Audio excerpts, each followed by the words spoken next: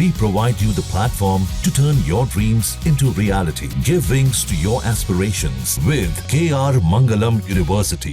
कानपुर की फर्जी hair transplant doctor Anushka jail भेज दी गई है। अनुष्का पर एक इंजीनियर समेत 2 लोगों की मौत का आरोप है। इस केस ने कुछ सवाल खड़े कर दिए हैं। क्या हेयर ट्रांसप्लांट कराना ही विकल्प है? यदि है भी तो ये कितना सेफ है और कितना खतरनाक? आपके हर सवाल का जवाब इस रिपोर्ट में देखिए।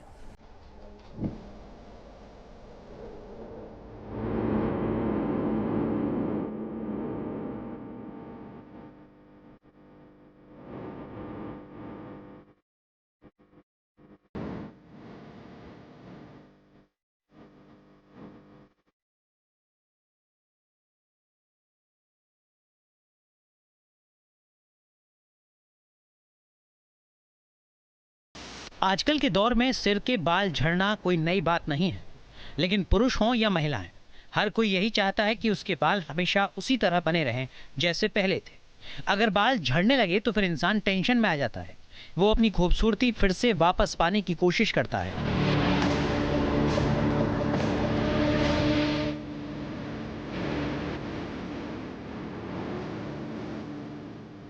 यदि कई विकल्प आजमा कर भी आपके सिर से गायब हुए बाल वापस नहीं लौट रहे हैं, यदि हेयर ट्रांसप्लांट ही आपको आखिरी विकल्प नजर आ रहा है, तो बेहद सोच समझकर कदम उठाने की जरूरत है।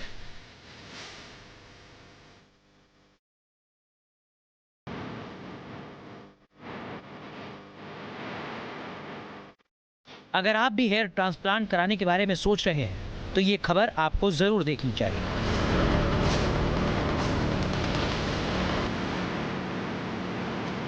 अगर आप भी गंजेपन से जूझ रहे हैं और आप फिर से बाल उगाने की चाह रख रहे हैं, तो सावधान हो जाइए। कुछ दिन पहले कानपुर में हेयर ट्रांसप्लांट से मौत का मामला सामने आया था।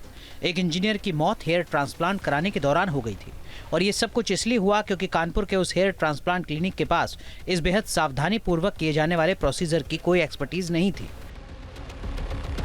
सबसे हैरान करने वाली बात यह कि हेयर ट्रांसप्लांट उस डॉक्टर ने किया जो इसके बारे में जानता ही नहीं है।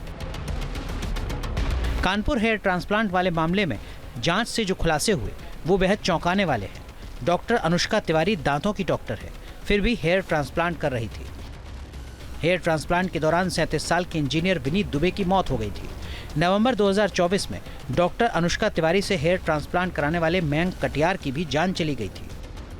आरोपी डॉक्टर जिसने हेयर ट्रांसप्लांट किया था वो अब जेल में है।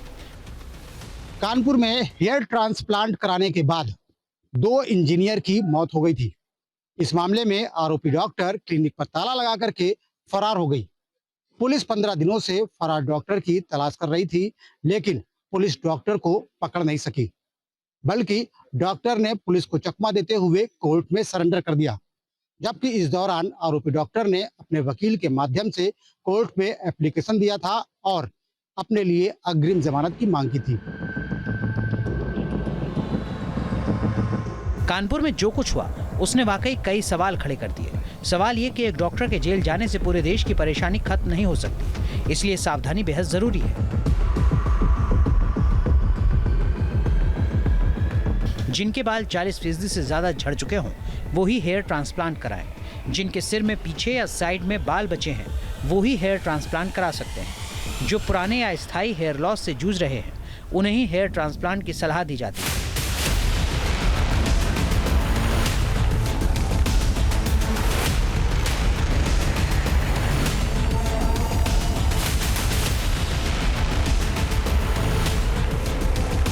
गंजेपन से जूझ रहे आप अकेले नहीं हैं, और बाल फिर से उगाने की चाहत रखने वाले भी आप अकेले शख्स नहीं हैं।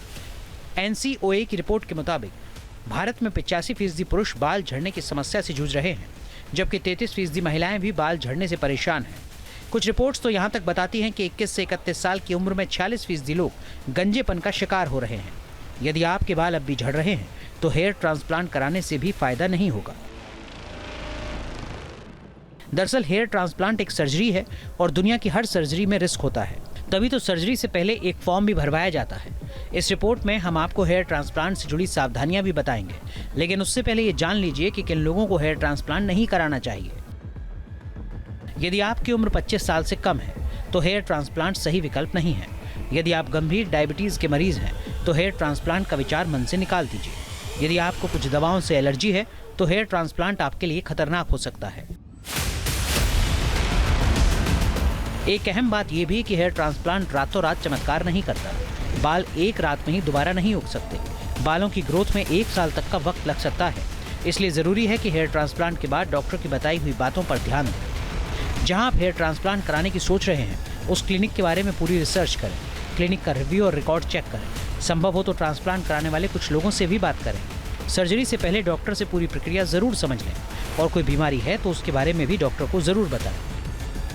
हेयर ट्रांसप्लांट करने वाले एक्सपर्ट मानते हैं कि ये सेफ प्रक्रिया है, लेकिन इस प्रोसीजर को परफॉर्म करने वाला डॉक्टर इसका एक्सपर्ट होना चाहिए। और सबसे ज़रूरी बात, आंख बंद करके हेयर ट्रांसप्लांट का दावा करने वालों पर यकीन ना करें।